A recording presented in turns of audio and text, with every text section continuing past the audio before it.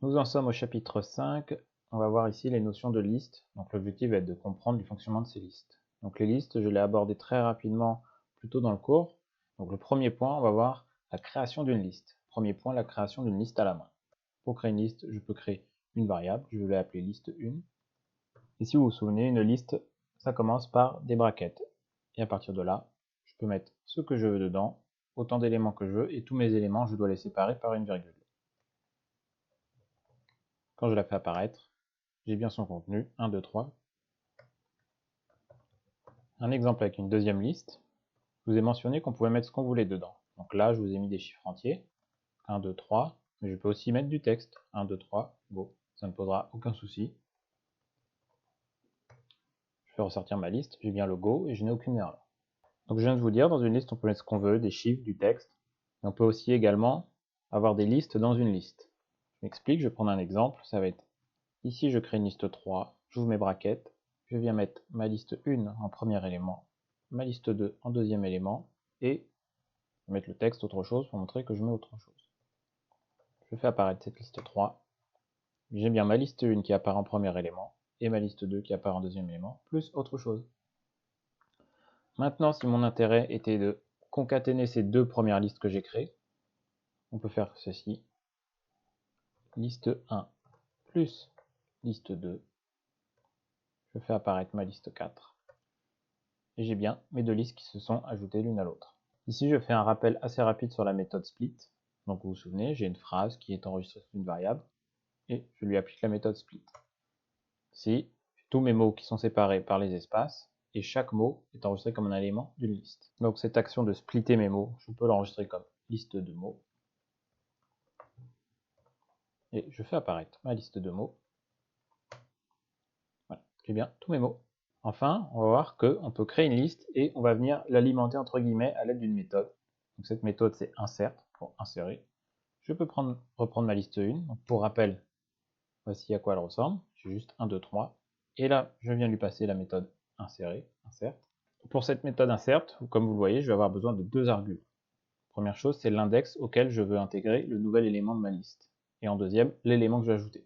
Donc, on va mettre par exemple 0, 4 format texte. Je vais faire apparaître ma liste 1 par la suite. Et vous voyez bien qu'en index 0, j'ai le 4 au format texte, et ça a décalé tout ce qui a été créé avant dans ma liste. Il y a aussi une autre façon de faire. On va créer une liste vide. Je laisse des brackets vides. Vous voyez bien que j'ai une liste vide. Et bien ma liste vide, je peux venir l'alimenter comme ceci avec insert.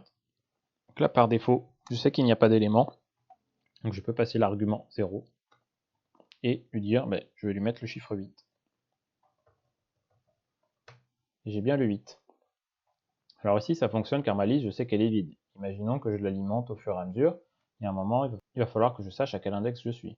Et pour ça, on peut utiliser une fonction qu'on a déjà vue plus tôt dans le cours. Je vais refaire le même process. Liste vide.insert. Et ici, j'aimerais connaître le dernier index. Eh bien, c'est assez simple. Je fais length, vous vous rappelez, qui va me donner la longueur d'un élément, ce qui fonctionne aussi sur une liste. Je lui passe ma liste. En fait, passer une liste dans la fonction length va me retourner le nombre d'éléments qu'il y a dans cette liste. Et je viens ajouter mon nouvel élément. J'ai donc bien le 8 et nouveau élément qui se suivent. Juste ici, je vais faire apparaître la liste 1 pour que tout le monde l'ait en mémoire. Et vous allez voir qu'on peut créer des copies de listes. Par exemple, liste copie. Eh bien, je veux que ce soit une copie de ma liste 1. Donc, je passe ma liste 1 et je lui passe la méthode copie. Comme on peut voir ici, j'ai bien la même. Par la suite, cette liste copie, je peux lui insérer un élément. Donc, si on ne connaît pas la longueur de notre liste, en termes d'index, on peut mettre très grand nombre, plus ce que je veux ajouter. Bien, j'aurai quand même mon élément qui sera ajouté à la fin. Par défaut, dans insert, si l'index dépasse la longueur de notre liste, il ira quand même le placer à la fin. Et vous pouvez voir que ma liste 1 n'a pas été impactée, car j'en ai fait une copie. On va à présent voir trois autres méthodes qui nous permettent d'agrandir nos listes. La première, ça va être happen. Donc, reprenant ma liste 1, je peux lui mettre happen. Et là, je place l'élément que je veux placer. Ça peut être aussi bien 7. Et je n'ai plus besoin de donner d'index. Par défaut, happen vient placer l'élément à la fin de ma liste. Et on a vu plus haut comment concaténer deux listes ensemble. En réalité, il y a une méthode aussi pour le faire.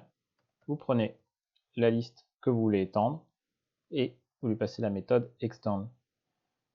Et comme argument, vous placez la liste que vous voulez ajouter. Donc par exemple, ici on va faire liste de mots. Il faut bien que la liste 1 a pris en compte les mots de la liste mots, ce qui a étendu ma liste 1. Cependant, attention à extend. Reprenons la liste copie. Si vous placez juste un nombre, vous aurez une erreur. Car par défaut, extend va itérer tous les éléments que vous placerez ici. Donc si vous mettez un texte, il va itérer le texte caractère par caractère. Si vous mettez une liste, il va itérer la liste élément par élément de la liste. Et Python ne peut pas itérer un nombre entier ou un nombre décimal. Pour vous donner un exemple de ce que je viens de dire, list copy extend avec le mot extend.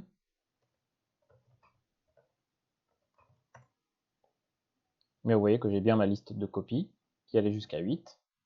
Et la méthode extend a itéré le mot extend, lettre après lettre, caractère après caractère, et les a insérés comme un élément unique dans ma liste. Et donc maintenant, une dernière méthode qui est le remove. Donc, comme son nom l'indique, qui permet de retirer des éléments de la liste. Pour cela, on appelle notre liste. On appelle la méthode remove. Et on a seulement un argument à passer, qui est la valeur de l'élément qu'on veut retirer. Imaginons, je veux retirer le 4. Donc 4 n'est plus là. Passons maintenant à la notion d'index pour les listes. Donc cette notion d'index, elle est très similaire à celle qu'on a vue pour les caractères. À l'axe de ces index, on peut retrouver l'élément d'une liste. Donc, pour rappel, je passe ma liste 1. Si je veux retrouver dans ma liste 1 l'élément qui a l'index 0, eh bien le 4. Et cela fonctionne pareil avec un index négatif. Je retrouve le dernier élément qui est médaille. À l'aide de cette indexation, on peut modifier l'élément de la liste. Prenons un exemple, dans ma liste 1, je veux modifier l'avant-dernier élément, donc qui vaut 64, format texte. Finalement, je vais lui donner une valeur texte 65. Et mon avant-dernier élément est bien de 65. Et donc vous pouvez modifier un élément par n'importe quel type. Prenons un exemple. Si dans ma liste 1, je veux modifier mon élément qui est à l'index 1, comme vous voyez ici, est un chiffre entier 1, je peux lui passer du texte à la place. Mon entier 1 a été remplacé par du texte. Donc qui dit notion d'index va dire notion de slicing, comme on l'a vu avec les caractères. Le slicing avec une liste va permettre de récupérer une partie de la liste, et donc certains éléments, en fonction des index. Donc pour rappel, si je passe les deux points, j'ai ma liste entière.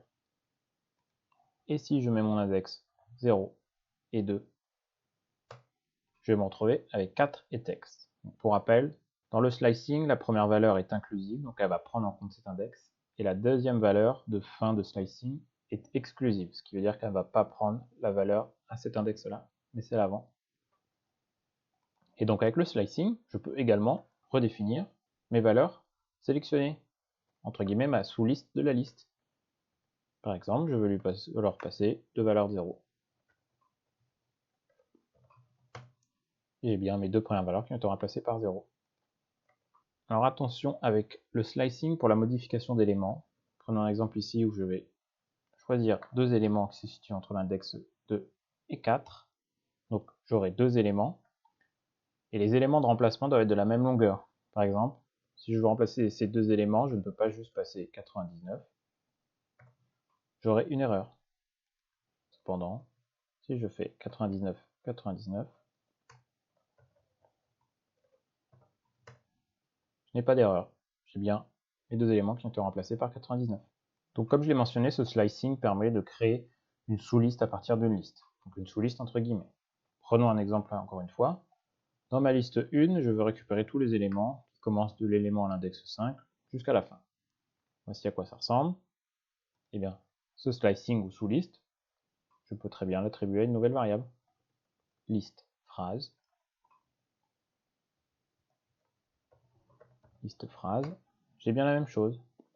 Et en bonus, on va pouvoir revoir la notion de join.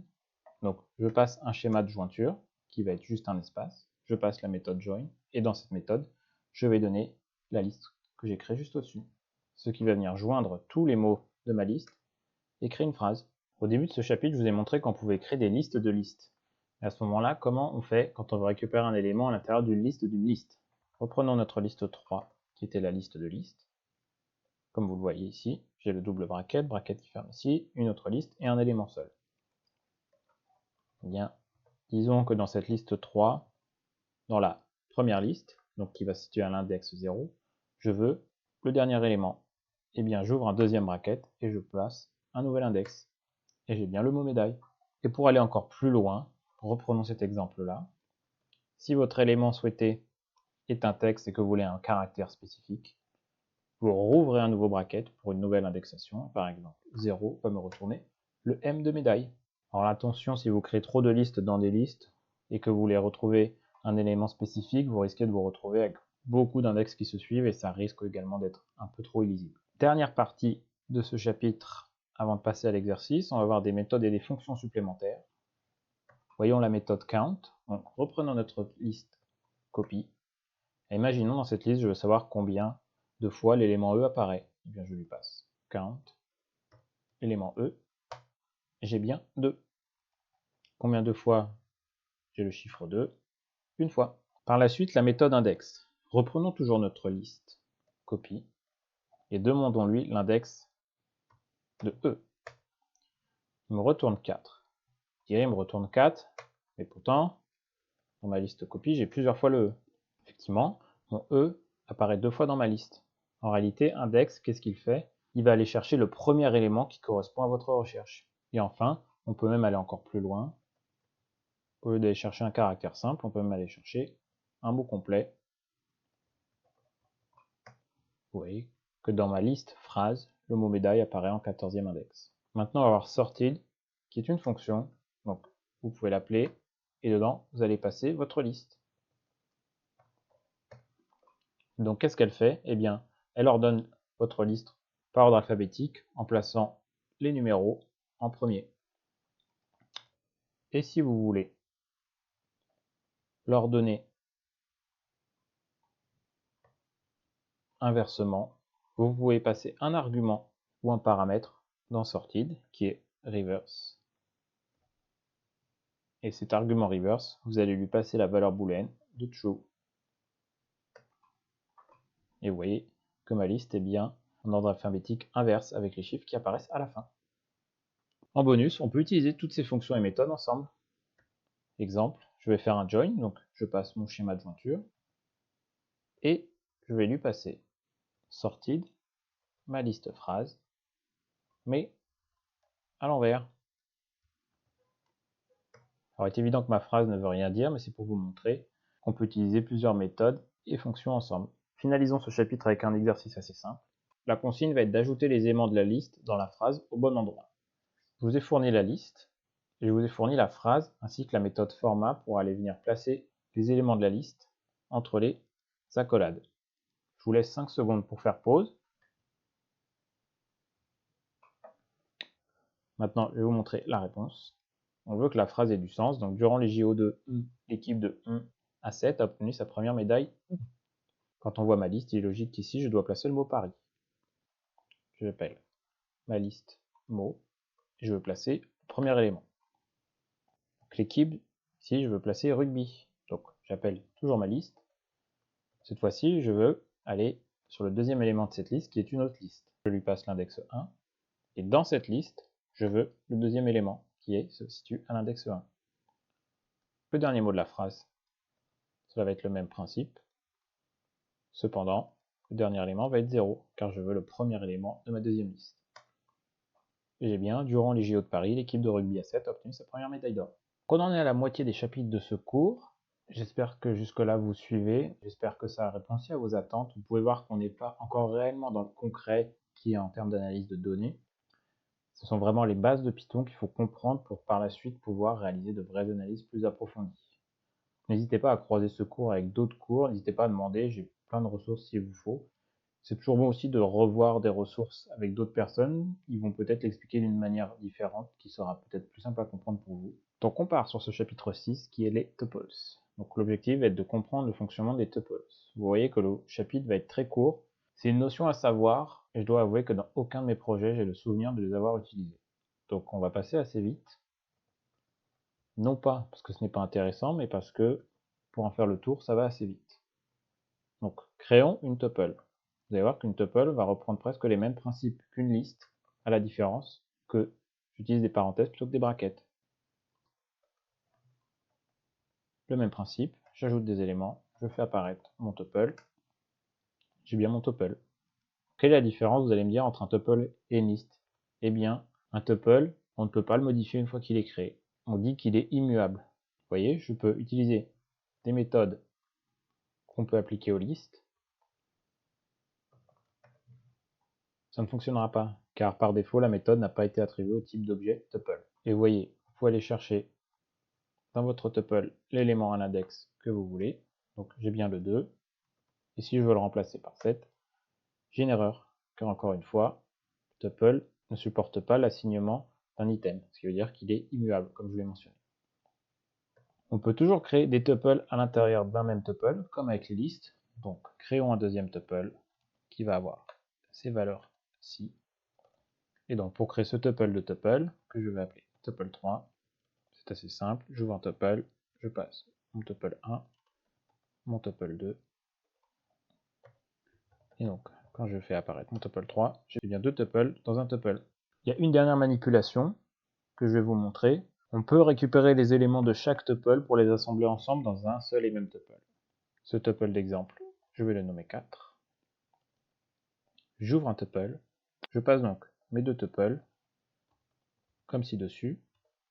La différence va se faire, c'est qu'avant chaque appel de ces tuples, je vais ajouter l'astérix. L'astérix en Python, grossièrement, ça veut dire itère tous les éléments de l'objet que j'ai passé après mon astérix. Donc vérifions. J'ai bien tous mes éléments en un seul et même tuple.